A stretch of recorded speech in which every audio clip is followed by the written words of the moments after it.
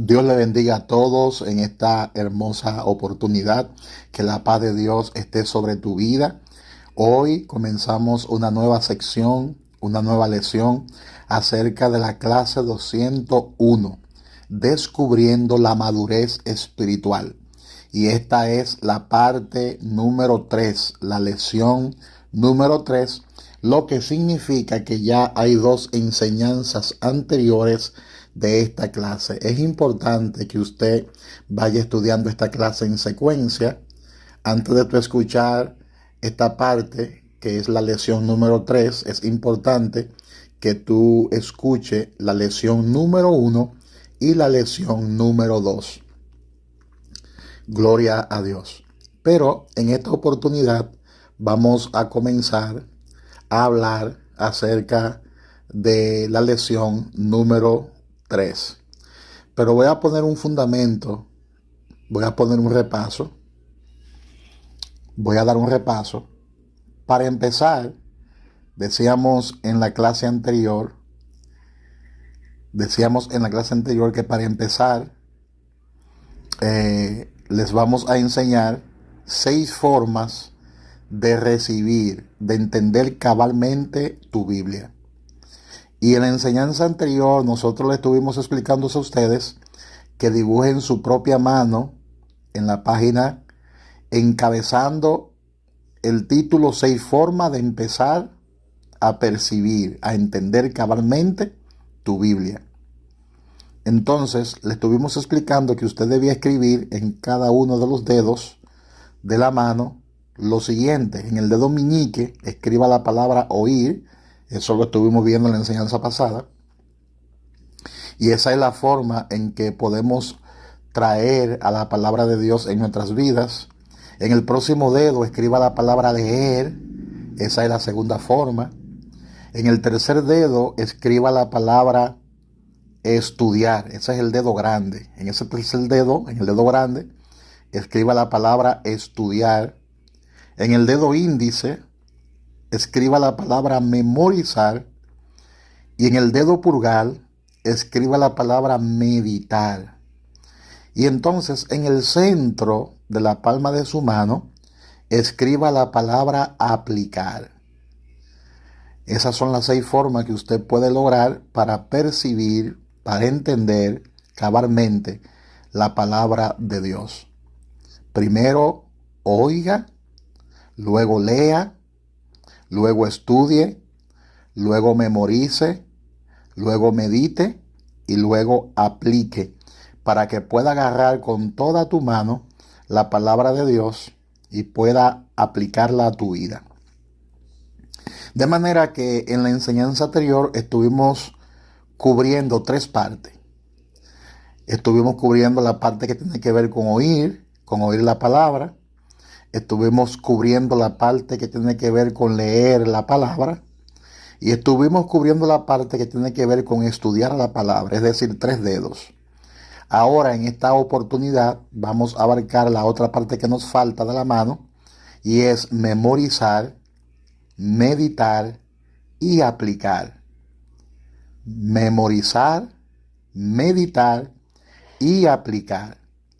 Entonces, esas son las 3 partes que nos hacen falta y vamos a cubrirla en esta tercera lección. ¿Cómo memorizar la palabra de Dios? Vamos a comenzar con ese dedo, memorizar, y vamos a comenzar leyendo lo que dice Proverbios, capítulo 7, versículo 2 al 3. Dice la palabra, en esta versión: guarda mis palabras como tu posesión más preciosa. Y dice, escríbelas y también atesóralas dentro de tu corazón. Dentro de tu corazón. Eso es algo poderoso. Nada va a hacer más por tu vida espiritual que memorizar la escritura. Uno de los hábitos más poderosos que usted puede desarrollar es memorizar las escrituras. Cuando la pone en tu mente, nosotros hemos descubierto que vienen a la mente cuando más la necesitas. Por ejemplo, a veces uno está atravesando por ciertos problemas, cierta dificultad, y de repente llega a nuestra mente versículos claves de la palabra de Dios, y son versículos que nosotros anteriormente lo hemos memorizado. Si usted no hubiese memorizado esos versículos bíblicos, entonces usted se habría perdido la oportunidad para resolver ese problema en ese momento determinado. Se había perdido la oportunidad de dar una palabra de respuesta. Y así sucesivamente. Es importante memorizar la escritura. Entonces, yo quiero hablarle acerca también de los beneficios de memorizar la escritura. Hay varios beneficios y eso lo voy a ir mencionando. Número 1, me ayuda a resistir la tentación. Nosotros tenemos, por ejemplo, el ejemplo de Jesús en el desierto, cuando el diablo lo tentó. ¿Y qué hizo Jesús?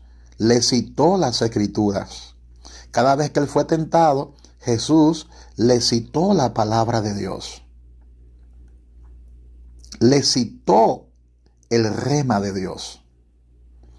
Pero para él hacerlo, él memorizó la escritura. Por ejemplo,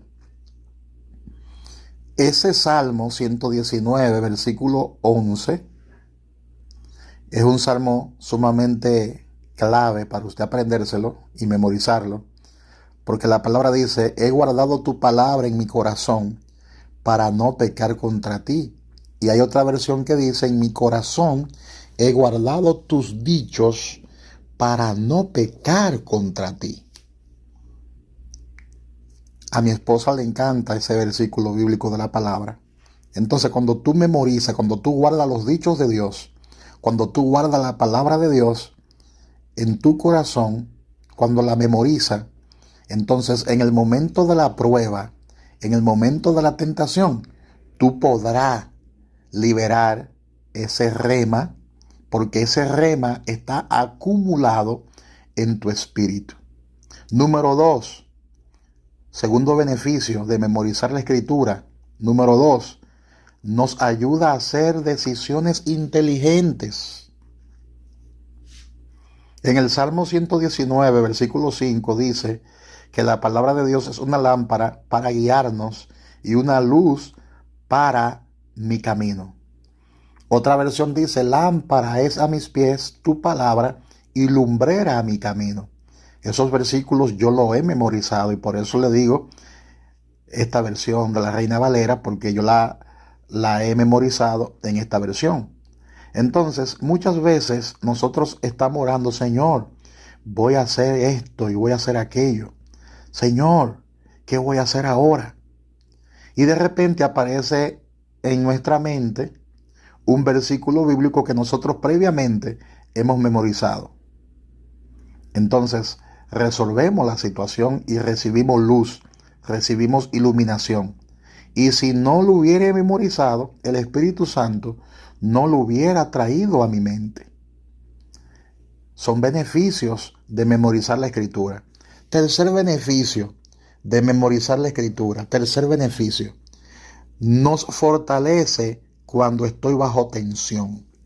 O sea, cuando estamos bajo tensión y nosotros memorizamos los versículos bíblicos, entonces el Señor nos acordará ese versículo bíblico clave cuando estemos en problema o en tensión. Dice el Salmo 119, 49 y 50: tus promesas son mi única esperanza. Lo dice en esta versión: ellos me dan fortaleza en todas mis tribulaciones. En todas mis tribulaciones. ¿Cómo me reconfortan y me reavivan? Entonces, cuando usted tiene estos versículos memorizados en su mente, en ese momento en el que usted está tenso por una situación, en ese momento en que usted está nervioso por tal situación o rígido, de repente te llega este versículo del Salmo 119, versículo 49 y 50, donde dice: tus promesas son mi única esperanza, y tú comienzas a memorizar esos versículos y a repetirlo porque lo tienes acumulado en tu espíritu. Entonces ese ambiente tenso comienza a cambiar, porque la palabra de Dios te da fortaleza en todas tus tribulaciones, como lo dice el Salmo 119. Amén. Eso es bien importante. Y ese es un buen ejemplo. Amén. Gloria a Dios. Bendito sea el Señor.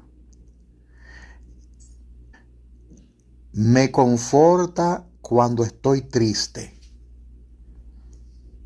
La palabra de Dios, uno de los beneficios de usted memorizar la palabra de Dios es que su palabra nos conforta cuando estamos tristes. En el libro de Jeremías, capítulo 15, versículo 16, la palabra dice: tus palabras me sostienen, traen alegría a mi doliente corazón y me deleitan. Ahora observa lo que dice Proverbio 22:18. Dice: te será agradable si las guardas dentro de ti, para que estén listas y puedas citarlas. Y es importante que usted encierre en un círculo la palabra que. Tu palabra me sostienen, traen alegría. Y dice: te será agradable si te guarda dentro de ti. ¿Para qué? ¿Para qué? Para que estén listas y puedas citarla. Entonces la Biblia es un librero. Y a pesar de que la Biblia está compuesta por diferentes libros, porque de ahí viene el término biblos, y es como si fuera una biblioteca que está compuesta por diversos libros, pero no te hace ningún bien si usted no la memoriza.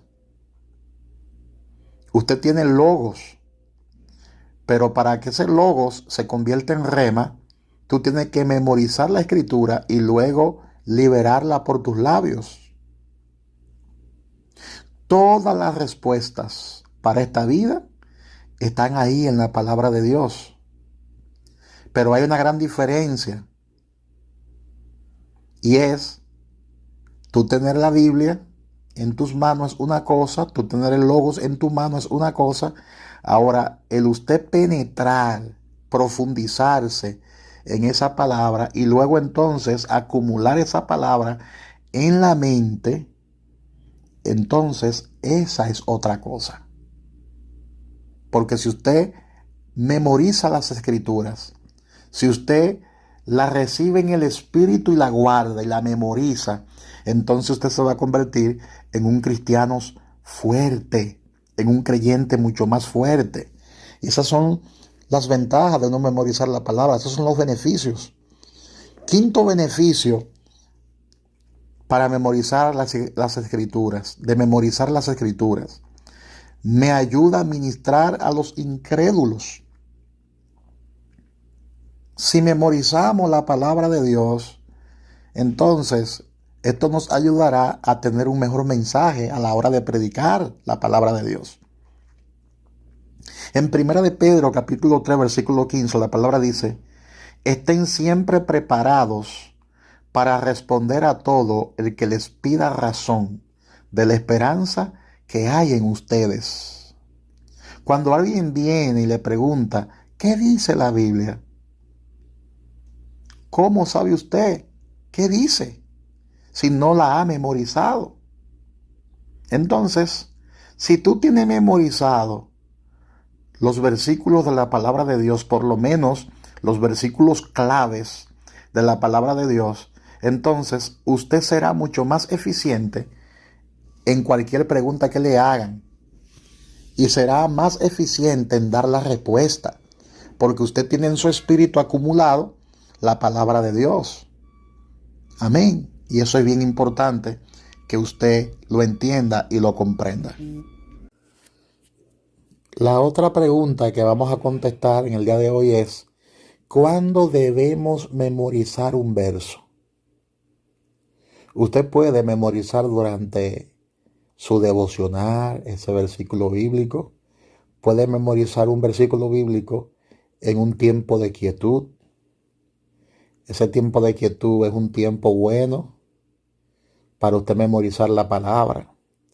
Por ejemplo, algunas personas memorizan las escrituras haciendo ejercicio. A mí me gusta memorizar la escritura mientras estoy caminando en un parque o mientras estoy caminando en la villa haciendo ejercicio. Yo memorizo muchas veces la palabra de Dios. También uno memoriza la palabra de Dios viendo versículos bíblicos en tarjetitas. Hay unas tarjetitas que la venden como si fueran barajas con versículos bíblicos, y uno memoriza esos versículos bíblicos clave con esas tarjetitas. De manera que busque la manera más adecuada para usted para comenzar a memorizar la palabra de Dios. Otros memorizan la palabra de Dios mientras están en un lugar en espera o mientras están en un tiempo desocupados. Yo conozco personas que pasan mucho tiempo en los automóviles porque son quizás taxistas o brindan un servicio de transporte, y ellos mientras están en el autobús o están en su automóvil, ellos aprovechan la oportunidad para memorizar constantemente lo que la palabra de Dios dice. Y hay personas, por ejemplo, que en los semáforos, en las ciudades muy congestionadas, donde hay mucho tránsito, ellos aprovechan esa oportunidad para comenzar a memorizar la palabra de Dios, para comenzar a memorizar las escrituras.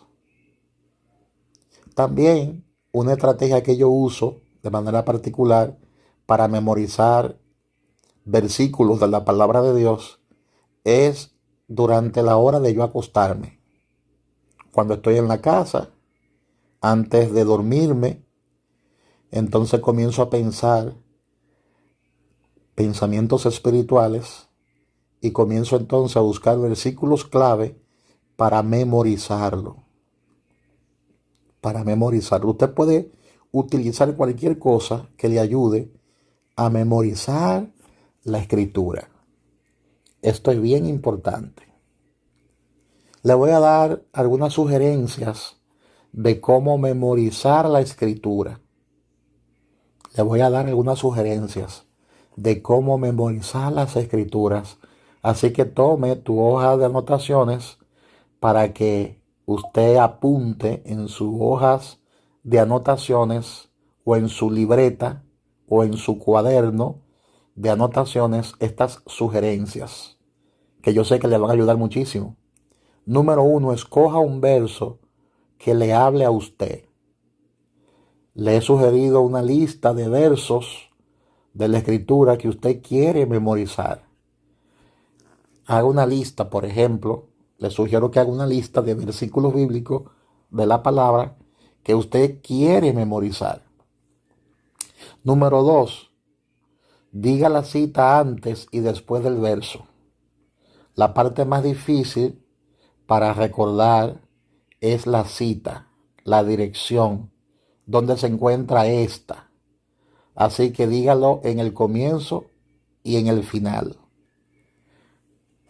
Por ejemplo, por ponerte un ejemplo, dice Juan 3:16, ¿ves? Ahí usted está citando la cita. Dice Juan 3:16, porque de tal manera amó Dios al mundo que ha dado a su Hijo unigénito para que todo aquel que en él cree no se pierda, sino que tenga vida eterna. Juan 3:16. ¿Te das cuenta? Yo dije la cita al principio y al final. Esa es una manera también de memorizar la palabra de Dios. Número 3. Lea el versículo varias veces y en voz alta. Grábelo. Memoriza en voz alta ese versículo bíblico. Usted no memoriza cosas leyéndolas. Usted memoriza cosas porque nuestro oído tiene un factor grande y tiene relación con lo que memorizamos. Por eso es importante que usted lea el versículo varias veces en voz alta. Sugerencia número 4. Divide el verso en frases naturales. Divida el verso en frases naturales. Sugerencia número 5. Enfatice las palabras importantes al citar el verso. Una forma que es divertida de hacerlo es el hecho de usted enseñarle sobre versículos bíblicos a los niños.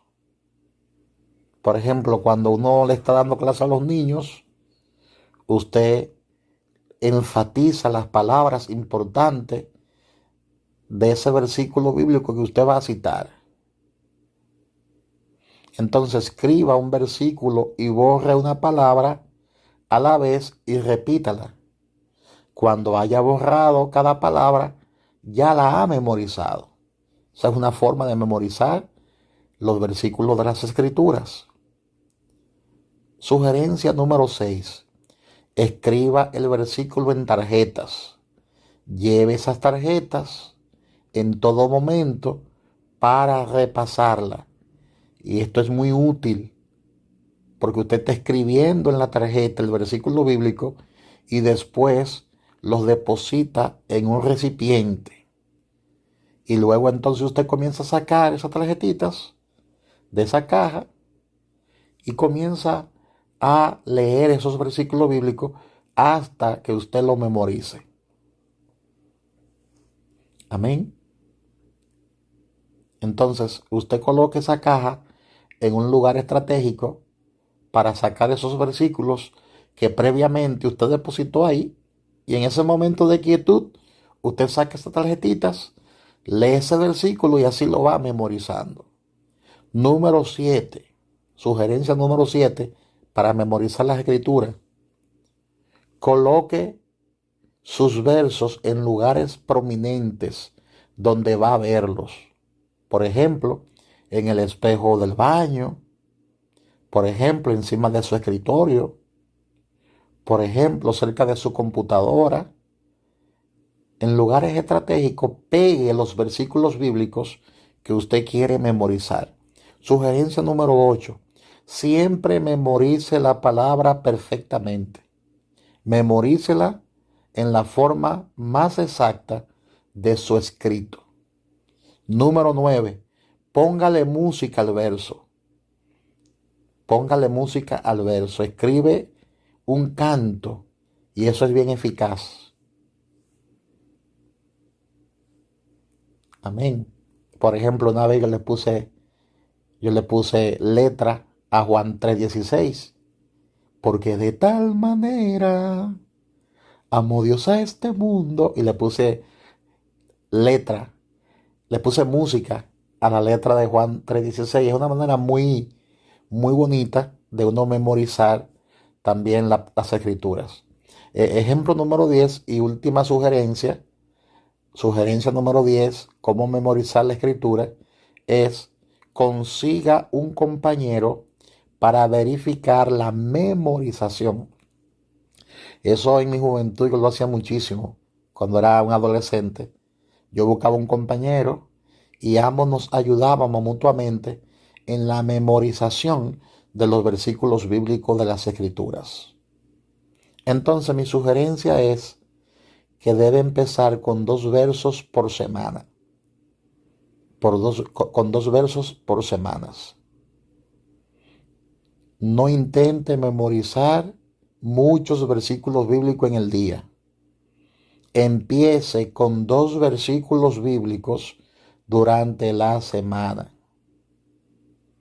Porque si usted elige muchos versículos bíblicos, no podrá memorizarlo, no podrá tener tanta referencia para memorizarlo. Amén. Empiece con 2 por semanas. De manera que usted pueda repasar los de la última semana más los 2 de esta. Y cuando haya aprendido muchos versículos, usted va a tener mucho que repasar. Por eso le sugiero que solo se aprenda 2 versículos por semana. Amén. Entonces hay 3 claves, hay 3 puntos claves para memorizar la escritura. La primera clave es repase. La primera clave es repase y repase. La segunda clave para memorizar la escritura es repetir. Es repetir. Y la tercera, repetir. De manera que la clave de esto es repetir. Algunos de ustedes están diciendo, yo no puedo memorizar nada. No puedo memorizar nada. Pero si usted repite, repite y repite, algo se le va a quedar. Algo usted va a memorizar. Porque nosotros recordamos lo que es importante para nosotros. Amén. Yo conozco personas que son malas para memorizar, pero cuando están mirando una serie, la memorizan por completo. Si ven una película, la memorizan por completo porque son fanáticos a eso. Y casi siempre uno se recuerda y uno memoriza las cosas que sí le importan. Por ejemplo, hay personas que memorizan un juego completo de béisbol y te dan los detalles.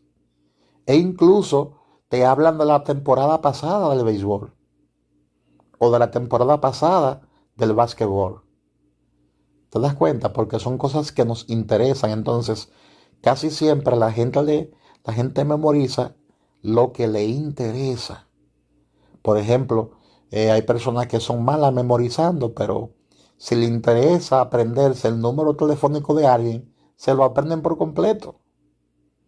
Entonces, eso hay que tomarlo en cuenta.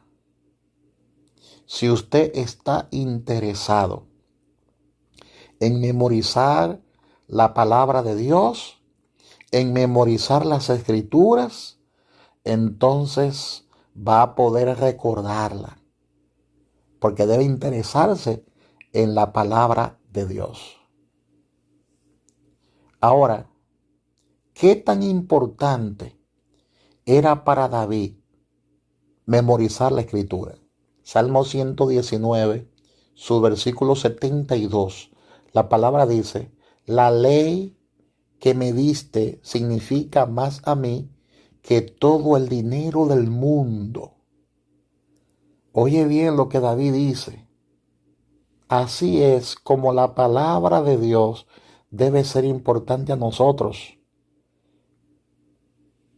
Para David significaba la palabra de Dios. Para David significaba la palabra de Dios esto. Él dice, la ley que me diste, la palabra que me diste significa más para mí que todo el dinero del mundo. Mira lo importante que era para David la palabra de Dios. Entonces, hay algunos versículos sugeridos con lo que podría empezar usted, o puede escoger sus propios versículos, pero yo sugiero que usted comience a memorizar algunos versículos clave que están en las escrituras. Uno para memorizar ahora mismo es Primera de Timoteo 4:7. En la traducción Felix, este versículo dice de la siguiente manera: toma el tiempo y disciplina para guardarte acto espiritualmente. Oiga lo que dice ese versículo bíblico. Toma el tiempo y disciplina para guardarte acto espiritualmente. Primera de Timoteo 4:7. Es como decir,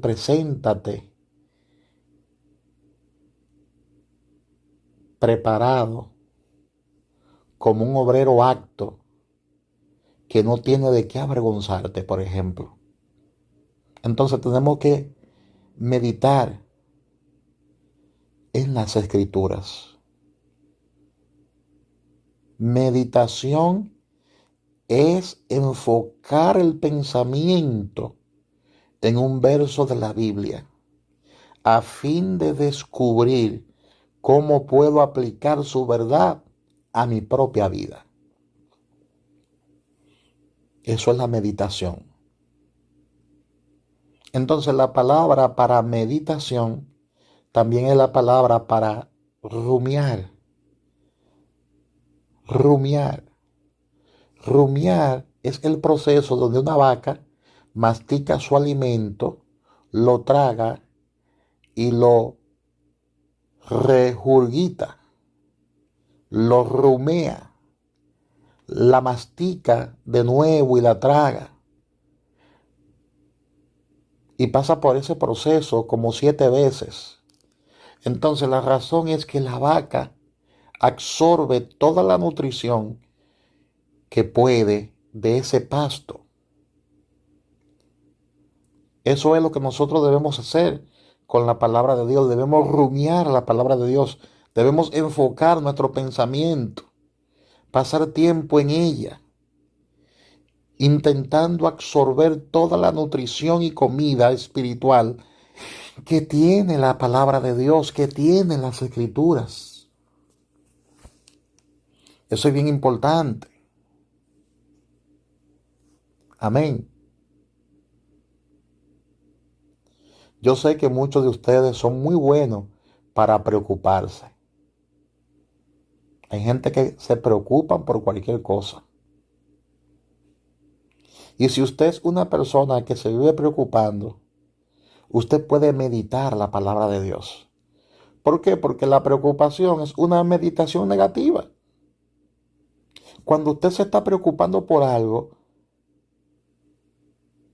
cuando usted está preocupado por algo que se está haciendo, ¿qué se está haciendo? Cuando uno se está preocupando por algo, ¿qué se está haciendo? Se está rumiando. Usted está pensando sobre el problema.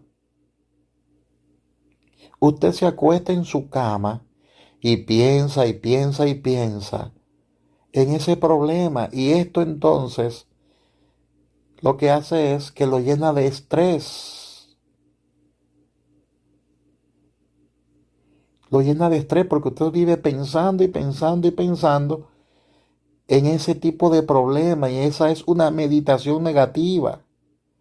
Esa es una clase de meditación que te irá destruyendo. Pero si usted medita las Escrituras, si usted medita la palabra de Dios, si usted sustituye esos pensamientos negativos por pensamiento positivo por la palabra de Dios, las cosas buenas entonces llegarán a tu vida. Y eso es lo que la Escritura recomienda. La Escritura recomienda que meditemos en la palabra de Dios. Porque ya le hablamos de memorizar, ahora vamos a hablar de meditar. Tenemos que meditar la palabra de Dios, que es el próximo dedo. Meditar la palabra de Dios. ¿Por qué debemos meditar en las Escrituras? Hay 3 razones por las que debemos meditar en las Escrituras. Número 1, es la clave para llegar a ser como Cristo.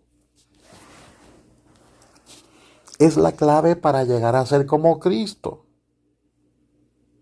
En Proverbios capítulo 4, versículo 23, la palabra dice: guarda tus pensamientos, porque ellos influyen en la totalidad de tu vida. En la totalidad de tu vida. Y la verdad es que nos convertimos en lo que nosotros pensamos. En lo que nosotros pensamos.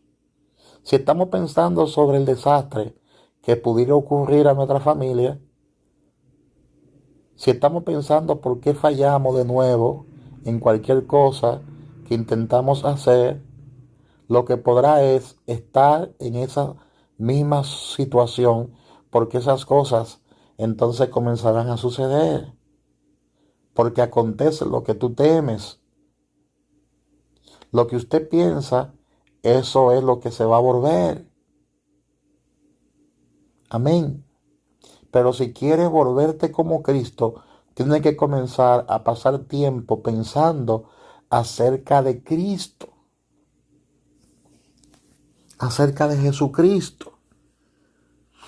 En Romanos capítulo 12, versículo 2, la palabra dice, transformaos mediante la renovación de la mente, de tu mente. Entonces, la meditación es parte del proceso de renovación. Cuando usted medita en la Escritura, medita en el Señor. Medita en el Señor. Amén. Gloria a Dios.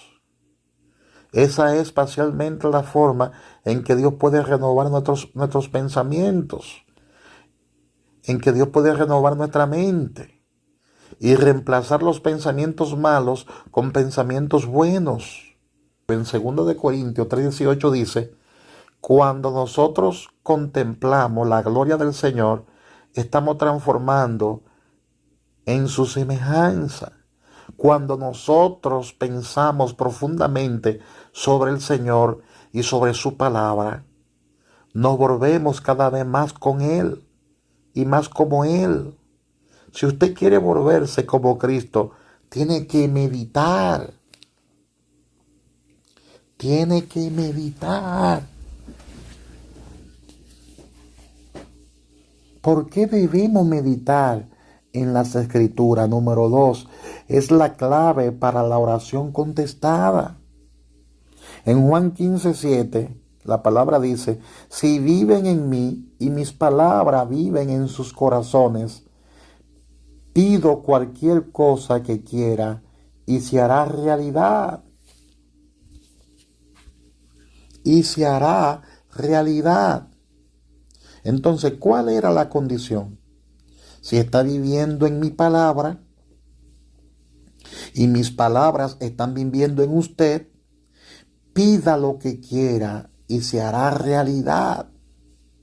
De manera que cuando más conoce a Cristo, sus pensamientos se volverán más como los pensamientos de Cristo. Así que tenga confianza que cuando ora, usted sabe que está orando y está orando de acuerdo a la voluntad de Dios. Y entonces usted debe estar seguro que su propia mente está alineada con Él y no va a pedir algo que esté totalmente fuera de su voluntad. Entonces tiene que tener la convicción de que va a hacerse realidad.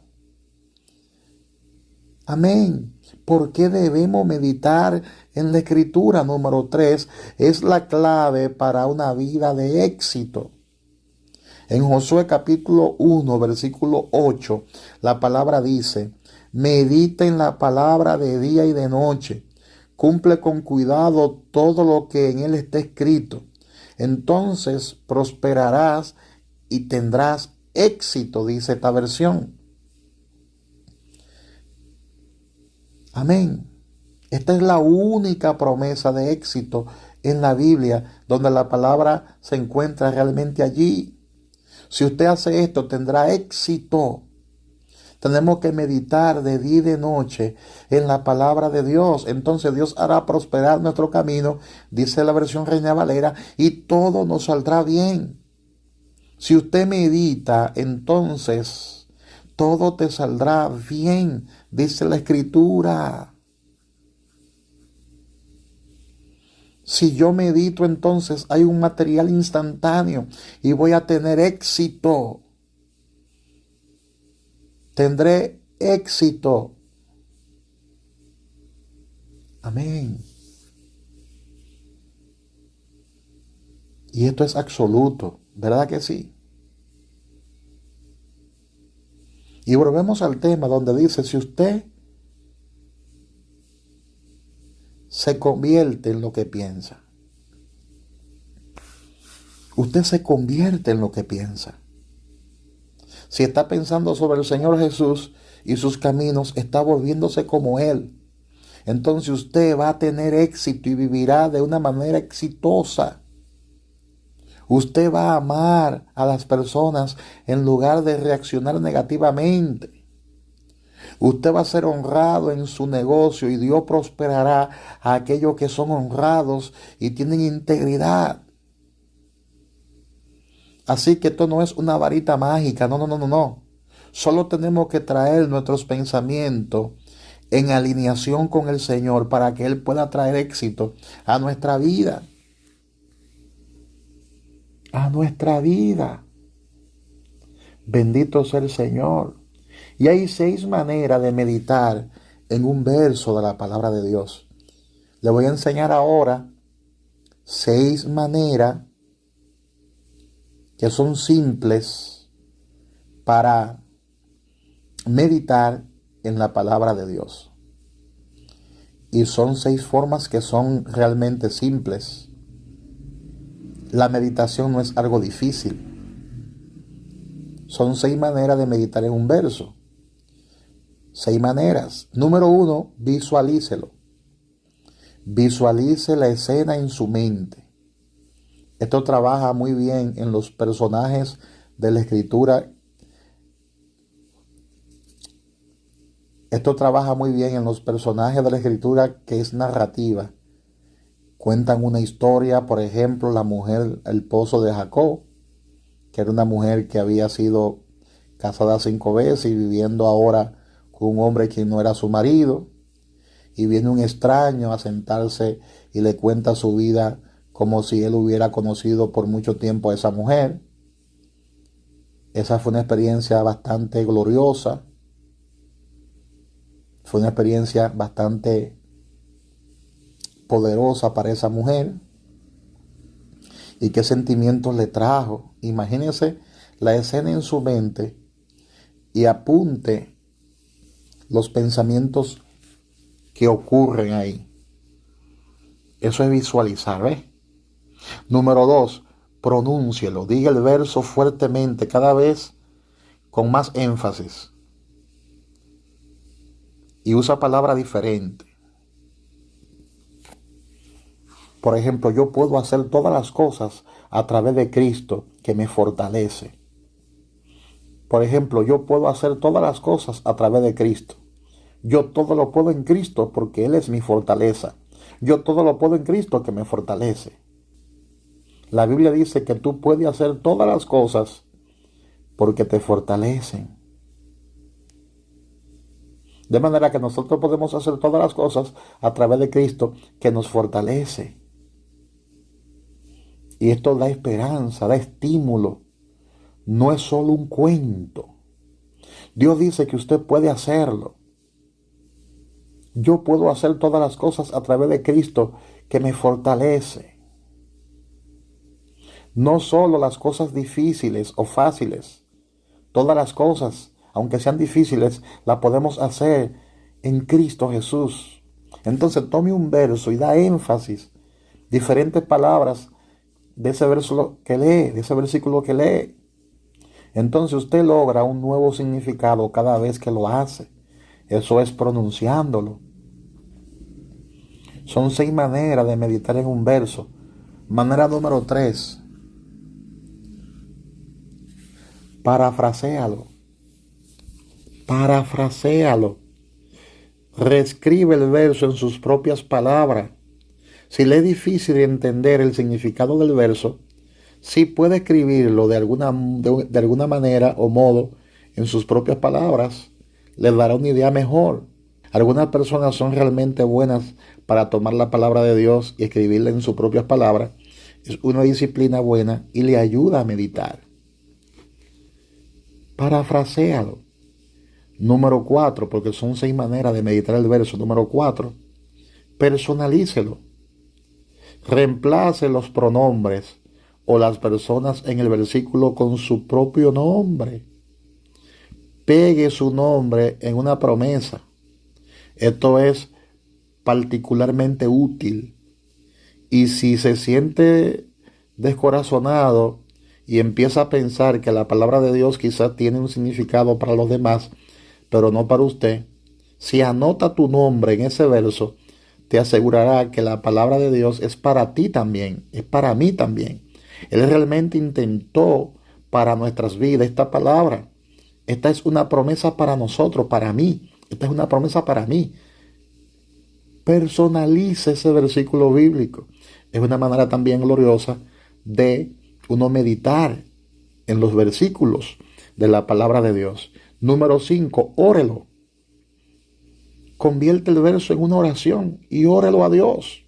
Si usted está leyendo en los Salmos y oye a David que dice las cosas como: ¿cuánto tiempo, oh Señor, ha resplandecer tu rostro sobre mí? Quizá ese día se sienta de la misma manera. Tome esa oración y órela enseguida a Dios. No es ninguna falta de espiritualidad.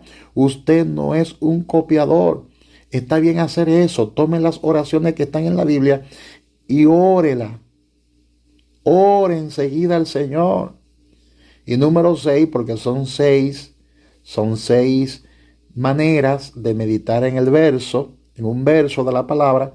Número 6 y última es: sondéelo. Mi manera favorita de meditar es una que siempre trabaja.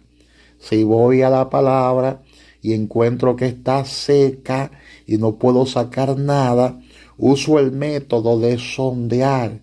Y el Señor siempre me habla. Sondéela. Comienza a escarbar. Comienza a profundizarte en esa escritura, que algo tú vas a encontrar allí. Y el Señor siempre te va a revelar algo allí.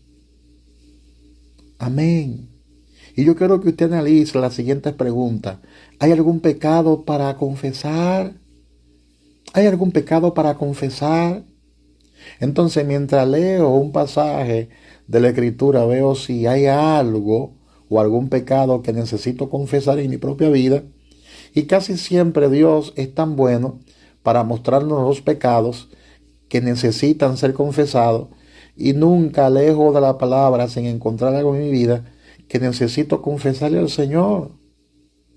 También hágase la siguiente pregunta: ¿hay alguna promesa para reclamar? Siempre hay promesas en la palabra de Dios. Otra pregunta es: ¿hay alguna actitud para cambiar? De nuevo, Dios es tan fiel para mostrarme las actitudes que están totalmente fuera de línea con su forma de pensamiento y que yo necesito cambiar. Otra pregunta es: ¿hay algún mandato para obedecer? ¿Hay algún mandato para obedecer? Y Dios nos da opciones en su palabra. Él no dice: ¿podrían por favor amarse si están teniendo un día bueno y todo va bien? Dios no dice eso. Dios dice: amaos, y es un mandato: amaos unos a otros de corazón. Usted ha sido limpiado del pecado. Ahora ámense. Ámense. Mucho de lo que Dios nos da está lleno de mandatos que debemos obedecer, nos guste o no. Tenemos que amarnos unos a otros, nos guste esto o no. Otra pregunta que uno se hace siempre es: ¿hay algún ejemplo para seguir en esta escritura? ¿Hay algún ejemplo para seguir en esta escritura? Pensemos en el apóstol Pablo cuando estaba en prisión. Sus pies estaban atados con cepos, sus manos estaban atadas con cadenas y estaba allí por años. Pero ¿cuál fue la actitud del apóstol Pablo? ¿Fue gimotear o quejarse? ¿Fue lloriquear? No. La actitud de Pablo era diferente. Pablo estaba alegre. Y eso me dice que hay algo en el que nosotros debemos tomar por ejemplo allí. Hay un ejemplo allí que necesitamos seguir. Y es que en las circunstancias difíciles de nuestras vidas, en lugar de comenzar a lloriquear, a gimotear, a quejarnos, debemos responder como Pablo lo hizo. con regocijo. Amén. Otra pregunta es, ¿habrá alguna oración para orar? Esta también es una de las formas específicas de meditar, pero también puede usarla en este punto. Ore la oración que lee y medite en el Señor. Otra pregunta es, ¿hay algún error para evitar? Recordemos a Ananías y a Zafiras en el libro de Hechos. Ellos hicieron una cosa realmente tonta, porque ellos mintieron a Dios, mintieron al Espíritu Santo. ¿Y por qué mintieron a Dios?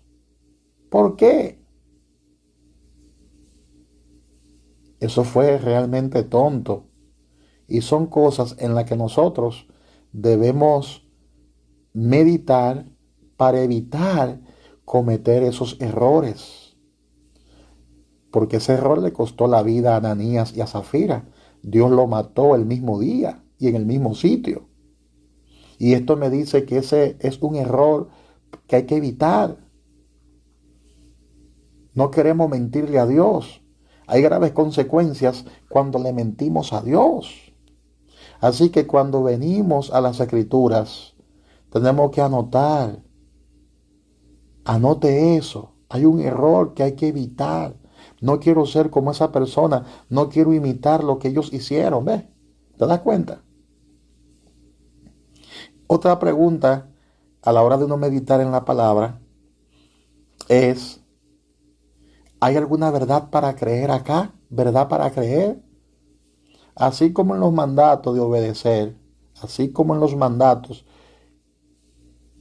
de obedecer que obedecer, así como en esos mandatos que obedecer, hay algunas verdades difíciles en la escritura con órdenes.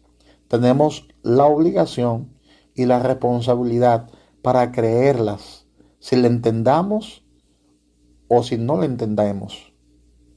Tenemos que creerla como quiera, tenemos esa obligación, ya sea que la entendamos o no. Si encuentra algún pasaje de la escritura y piensa en lo absoluto, esto no tiene sentido, en lugar de argumentar con Dios sobre eso, en lugar de decir, hasta que lo entienda, no voy a obedecerlo, solamente diga, Dios, esta es una verdad que has dicho, voy a confiar y voy a creer todos los días de mi vida y en los años futuros. Y aunque no entienda esa escritura del todo, pero yo voy a obedecerla, aunque no lo entienda. Porque yo sé que tú me vas a aclarar esto, tú me vas a aclarar lo que esto significa después, porque lo que no entiendo ahora quizás lo voy a entender después. Esa debe ser nuestra actitud a la hora de encontrarnos con esos versículos que muchas veces no entendemos de la escritura. Tenemos que creer en la verdad de la palabra de Dios. Otra cosa es, siempre tenemos que buscar algo para agradecer a Dios. Siempre hay algo en la escritura por lo que podemos alabar al Señor y agradecerle. Tenemos que agradecer por lo que Él es, por su carácter. Amén. Por lo que Él ha hecho a favor de nuestras vidas y a favor de los demás. Tenemos que cultivar un corazón de gratitud cuando lee a través de la escritura y medita en ella. Y medita en ella. Miremos ahora la sexta forma de penetrar, de profundizarnos en la palabra de Dios. Hemos hablado hasta ahora sobre oír, sobre leer, sobre estudiar, sobre memorizar y sobre meditar en la palabra. Y ahora vamos a la palma de la mano, que es aplicar la palabra de Dios. Usted necesita aplicar la palabra de Dios. Gloria a Dios. Las primeras 5 formas son las que entran en tu vida y entonces las aplica en lo que usted hace después, que son suyas. Note lo que dice Santiago 1:22. Santiago 1:22. Abra su Biblia en Santiago 1:22.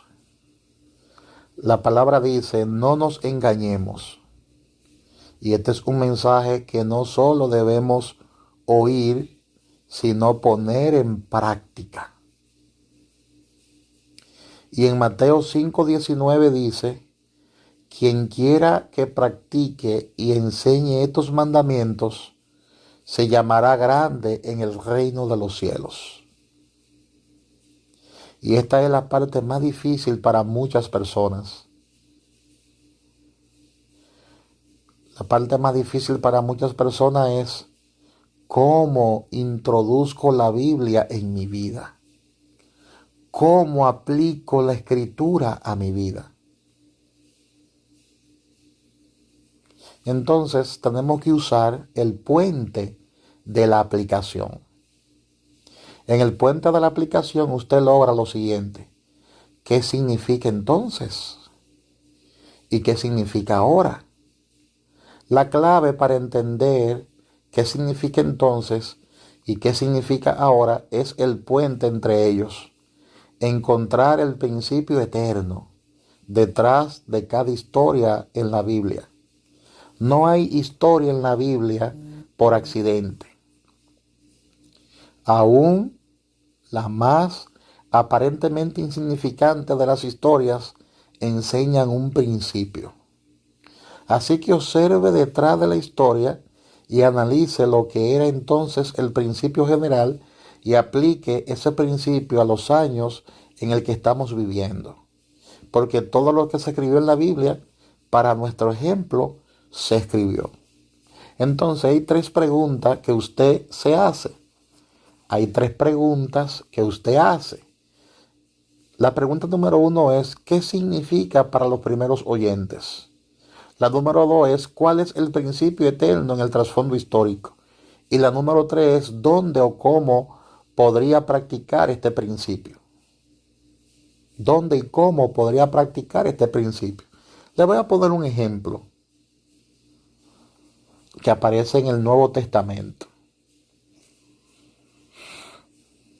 No sé cuántos recuerdan que la Escritura dice que si para tu hermano el comer carne es pecado, pues no la coma delante de él por la débil conciencia que tiene su hermano. Entonces le voy a poner un ejemplo sobre esto. La carne ofrecida a los ídolos. Francamente, yo sé que usted nunca ha vivido esto. Pienso que usted nunca ha comido carne ofrecida a ídolos. Tiene usted que deducir lo que mal hace esto a mi vida. Tiene usted que deducir eso. Usted tiene que encontrar el principio en el trasfondo histórico, porque el trasfondo histórico en el que vivieron esos judíos en ese tiempo no es el mismo trasfondo histórico en el que usted está viviendo en este tiempo. Entonces, usted dirá, pero eso no me habla a mí, porque eso fue a los judíos de ese entonces. Yo no he tenido esa experiencia de comer carne sacrificada a los ídolos. No estoy dentro de ese contexto. No estoy dentro de ese ambiente. Entonces, primero vamos a regresar y vamos a averiguar qué significó entonces eso. Entonces, para ello, usted va a conseguir un diccionario de la Biblia, lea sobre la carne ofrecida a los ídolos, investigue qué fue lo que pasó en esos días cuando las personas ofrecían carne a los ídolos, y obviamente un pedazo de piedra no se come, claro está. Tiene que ser un pedazo de carne. Así que después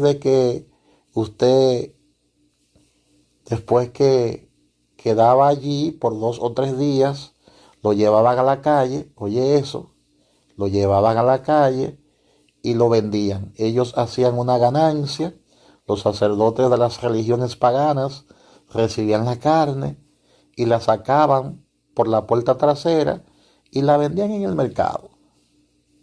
Para un judío comer esa carne, esa clase de carne, era una violación de su religión. ellos decían que cuando una carne se ofrecía a los ídolos, esa carne que se ofrece a los ídolos,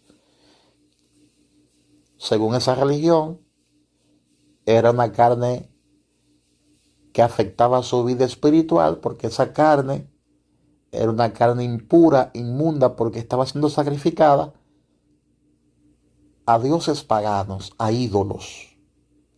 Entonces Pablo dice, si usted sabe así como yo que esa carne no es diferente que la carne que usted compra en el mercado, en las tiendas o en las carnicerías. Entonces los ídolos no son reales, no hay nada malo con esa carne. Pero si las personas se ofenden, aquellos judíos que se han vuelto cristianos, entonces tú no debes comerla delante de ellos. Era lo que Pablo estaba tratando de explicar. Entonces, en Hechos capítulo 15, cuando usted estudia el contexto, se da cuenta que ellos tenían una conferencia grande en Jerusalén y los primeros cristianos eran judíos. Entonces, realizaron que todas estas personas que residían fuera de Israel, Pablo la estaba llevando al Señor y se estaban volviendo cristianos en Antioquía y en las áreas gentiles. En esas conferencias de Jerusalén tuvieron que decidir si una persona tenía que volverse judío para convertirse en cristiano, tiene que guardar todas las leyes judías primero, como nosotros lo obedecemos todo, así también ellos. Entonces, todas las demás tienen que aceptar el judaísmo para volverse cristianos. Eran cosas que se estaban discutiendo en ese tiempo. En resumen, el resumen final de todo esto es, no tiene que hacerlo, no tiene que hacerlo. No se alegra que no tiene que aguardar todas las leyes judías para volverse cristianos. En otras palabras, no. Para uno volverse cristiano, no tiene que guardar todas las leyes judías. Eso se acordó en esas conferencias que se dieron en Jerusalén. Pero ellos dijeron, enviémosles esta sugerencia, no cometan inmoralidad, no coma carne ofrecida a los ídolos. La primera es realmente clara, no cometa inmoralidad, pero la segunda es no coma carne ofrecida a los ídolos. Lo que está diciendo es, si usted tiene algunos hermanos judíos que si le hubieron comer carne ofrecida a ídolos serían ofendidos por eso. Pablo entonces dice, sabemos que no hay nada malo con el hermano, pero ellos se ofenderían. Entonces el principio es, no haga algo que ofenda a tu hermano cristiano. Ese es el principio eterno. En otras palabras, si tu hermano se va a ofender por tu comer carne ofrecida a los ídolos, pues no la coma delante de él por la débil conciencia de tu hermano. De hecho, Pablo lo explica de nuevo en Romanos 14. Allí él aplica este principio. Procuremos, dice el apóstol Pablo, hacer cada esfuerzo para contribuir a la paz y a la edificación mutua, dice Pablo. Y el versículo 21 dice, es mejor no comer carne, ni beber vino, ni hacer nada en que tu hermano tropiece. Así que cualquier cosa que usted cree sobre esto, guárdelo entre usted y Dios. Bendito es el nombre que no se condena con lo que aprueba. Pablo está diciendo, hay algunas cosas que no están legítimamente equivocadas, no son ningún pecado, pero cuando está en otras personas que serían ofendidas por esa acción, no lo haga. Ahora ya ha logrado la aplicación. Simplemente es una aplicación práctica. Él dice que es mejor no comer carne o beber vino. Amén. Gloria a Dios. ¿Te das cuenta? Pablo lo que está explicando es lo siguiente. Para algunos cristianos, tanto judíos como a aquellos que no son judíos, el comer carne sacrificada a los ídolos no es correcto. Ahora, todos sabemos que esos ídolos no tienen ningún tipo de poder y que la carne en sí misma no es algo impuro o inmundo. Pero como ellos tienen esa creencia, por su débil conciencia, no coma la carne delante de ellos para no ofender a tu hermano que tiene esa creencia. Entonces usted se exime de comer carne delante de ellos y así preservará la paz y así preservará la armonía entre los hermanos. Igualmente, si tu hermano opta por no beber vino, pues tampoco beba vino delante de él para no ofender la débil conciencia de tu hermano. Amén. De manera que aquí nosotros podemos aplicar estos versículos bíblicos de las Escrituras, podemos aplicarlo de manera gloriosa. Y se puede hacer un buen caso en la Escritura sobre estos dos ejemplos del comer carne y beber vino. Entonces, hay personas, por ejemplo, que optan por no beber vino. Dicen, no, yo no voy a beber vino. Y tajantemente ellos no lo beben. Y esa es su decisión. Otros optan por beber vino con moderación. Y otros simplemente beben vino. Entonces, personalmente, no pienso que la Biblia enseña la abstinencia total de bebidas alcohólicas. Yo no pienso eso. Yo no pienso que la Biblia enseña abstinencia total de bebidas alcohólicas. Pienso que es muy claro que Jesús bebió vino. De hecho, cuando él hizo el vino en la boda de Caná de Galilea, alguien dijo, la mayoría del tiempo se sirve el mejor vino al principio, pero ustedes han reservado el mejor vino, el más fermentado, para lo último. De manera que Jesús allí bebió vino, y eso está claro en la Escritura. Amén. No hay una provisión total, no hay ningún versículo en la Biblia que prohíbe el alcohol, en lo absoluto.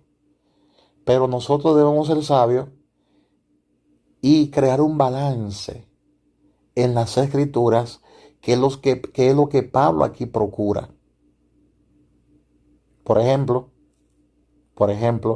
yo he formado la iglesia para que ningún líder de la iglesia, ninguno de nuestros líderes bebe. Ahora, nosotros tomamos vino, por ejemplo, con moderación en los días especiales. Por ejemplo, en Navidad, cuando hay un compartir especial, tomamos una copita de vino. Pero nosotros no le damos rienda suelta a eso. Por ejemplo, yo no bebo en lo absoluto. Pero un mal día o un día especial de celebración, yo me pudiera tomar media copita de vino, ni siquiera una completa, sino media copita de vino, un poquito de vino. Y es pensando en lo que dice este principio de la Escritura, que dice que es mejor no comer carne o beber vino, si esto ofende a nuestros hermanos. De manera que nuestro personal opta por ese principio. Si para mi hermano el yo comer carne sacrificada a los ídolos, entre comillas, es pecado, pues yo no la como. Y si una copita de vino o una botella de vino va a ofender a mi hermano, pues yo no la tomo, porque eso es un asunto entre mi conciencia y Dios. Por eso optamos mejor por no beber vino, si eso ofende a nuestros hermanos. Por eso ninguno de nuestros líderes bebe alcohol, y no permitimos bebidas alcohólicas en la iglesia. De hecho, cuando nosotros estamos dando la cena del Señor, celebrando la cena del Señor, el tipo de vino que usamos es un jugo de uva, sin alcohol, porque la idea es que nuestros hermanos, nuestros líderes, mantengan la prudencia y no consuman alcohol. Lo ideal es no beber alcohol. Pero vuelvo y repito, la Biblia no te prohíbe absolutamente el alcohol, no te prohíbe tajantemente el alcohol. La Biblia lo que hace es que te dice, bebe con moderación, bebe con moderación. Y las bebidas alcohólicas en el tiempo de Jesús era el vino, era el vino. Entonces yo prefiero mejor no tomar, no tomar, porque hay muchas personas que han tenido problemas con el alcohol y han tenido problemas serios con el alcohol. Amén. Yo conozco personas que en su vieja vida, en su vida pasada, consumían mucho alcohol y esto le estaba haciendo daño en su salud. Incluso conozco personas que eran alcohólicas y cuando se convirtieron a Cristo dejaron rotundamente el alcohol. El Señor le liberó del alcoholismo. Entonces, esas son cosas que hay que tomar muy en cuenta para no causar tropiezo en el cuerpo de Cristo. Conozco personas que duraron mucho tiempo consumiendo, bebiendo alcohol. Y tú te imaginas que después que esa persona ya lleva ya 10 años sin tomar alcohol o mucho tiempo sin tomar alcohol porque se convirtió, te sorprende en un momento determinado bebiendo alcohol. ¿Qué va a pasar con la débil conciencia de ese hermano? O si usted en la Santa Cena le da alcohol a esa persona, una persona que tuvo en sus vidas pasadas o en su vida pasada, una persona que tuvo problemas con el alcohol, por eso lo más importante es no promover el alcoholismo en la iglesia, no promover las bebidas alcohólicas en la iglesia. Pero yo creo legítimamente que yo tendría derecho a beber alcohol, pero yo me eximo de esos derechos. Yo me he limitado en mis derechos y prefiero no consumir alcohol. Yo me limito porque no quiero ofender a las personas que estoy ministrando. Por eso estoy diciendo esto como un ejemplo de aplicación de un principio detrás de la historia. Después de que he descubierto el principio, entonces querrá escribir una frase que describa un proyecto o acción para aplicar la verdad. He propuesto una aplicación ahora. Ahora, ¿qué tú haces con ello? Porque la mayoría de las aplicaciones enfocará en una de las tres reacciones, en una de las tres relaciones. Cuando esta aplicación, la Biblia, cuando está aplicando la Biblia a su vida, piense en relaciones. Mi relación con Dios, mi relación conmigo, mi relación con otros, mi relación con otras personas. Son prácticamente tres relaciones. Mi relación con Dios, mi relación conmigo mismo y mi relación con otras personas. Entonces hay 4 marcas de un buen proyecto de aplicación. 4 marcas. Una es personal, número 1, una es práctica, número 2, una es posible, número 3, y una es probable. Usted puede demostrar lo que ha hecho. Esa es la probable. Amén. Por ejemplo, usted está leyendo la Biblia y llega a su mente Eclesiastés 6:7. Toda labor de hombre es para la boca y sin embargo el apetito nunca está satisfecho. De pronto, el principio eterno que describe es que necesitamos controlar nuestro apetito, que es un principio eterno, ¿ves? ¿Te das cuenta? Entonces la aplicación personal podría ser: necesito perder algo de peso, necesito ponerme en dieta, no puedo seguir comiendo tanto. Eso es personal. Yo necesito, porque es personal. Cuando usted escribe una aplicación en la hora quieta, en esa hora de tranquilidad, o cuando está estudiando la Biblia y va a escribir lo que va a hacer sobre eso, aplíquelo, aplíquelo en la primera persona, aplíquelo a tu vida. Yo necesito. No dice mis padres necesitan, mis niños necesitan, mi marido necesita, mi esposa necesita. No, lo primero es yo necesito. Eso es aplicarte la escritura a ti primero. Yo necesito ponerme en dieta, ¿ves? La segunda forma es práctica, práctico. Yo necesito perder algo de peso, ¿ves? Práctico. Yo necesito perder algo de peso, práctico. Y la tercera es posible, necesito perder 10 libras. Si no es posible, va a descorazonarse.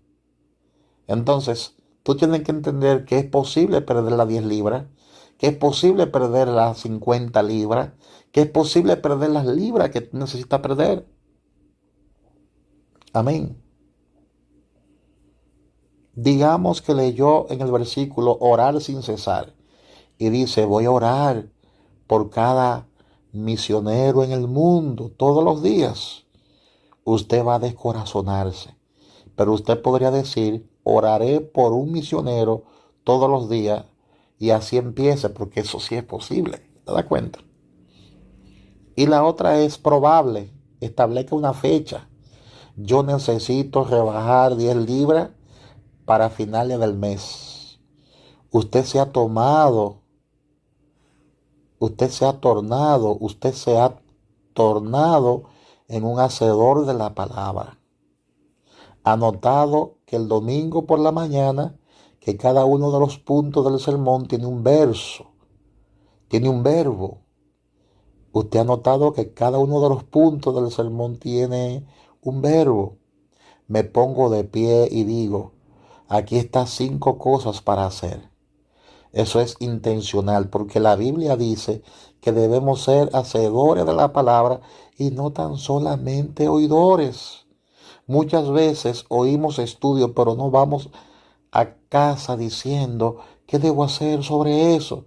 Debemos aplicarlo a nosotros. O sea, esos estudios de la Biblia, eso que la Biblia me está diciendo, yo tengo que aplicarlo a mi vida. Tenemos que aprender a cómo aplicarnos la palabra de Dios a nuestras vidas.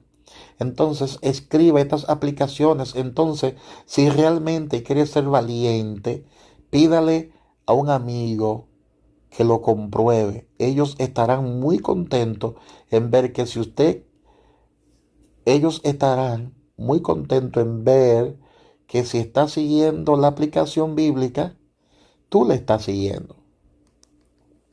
Amén.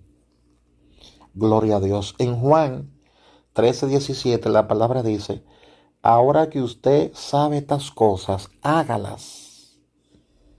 Y ese es el camino de la bendición. Si usted quiere ser bendecido, y con esto vamos a terminar por el día de hoy, si usted quiere ser bendecido, necesita hacer estas cosas. Y yo te desafío a comprometerse a estas 6 formas para que tenga una comprensión mayor de lo que la palabra de Dios establece. te desafío a comprometerse a esas 6 formas.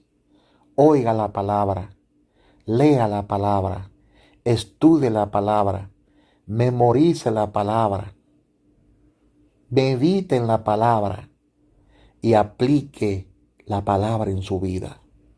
En la próxima enseñanza, ahora vamos a ver cómo hacer esto de una manera práctica. Nosotros le hemos enseñado 6 formas de penetrar en la palabra. Vamos a resumirlo todo en cómo hacer esto en una hora quieta, en una hora de quietud. Amén. De manera que en la próxima enseñanza o lección, nosotros le vamos a enseñar cómo resumir todo en cómo hacer esto en una hora de quietud. En una hora de quietud. Así que Dios me le bendiga mucho, Dios me le guarde. Esta es la tercera lección y en la próxima estaremos impartiendo la 4ª lección. Dios te bendiga y Dios te guarde. Pastor Kelvin Figuereo, y gracias por recibir esta importante clase. Bendiciones.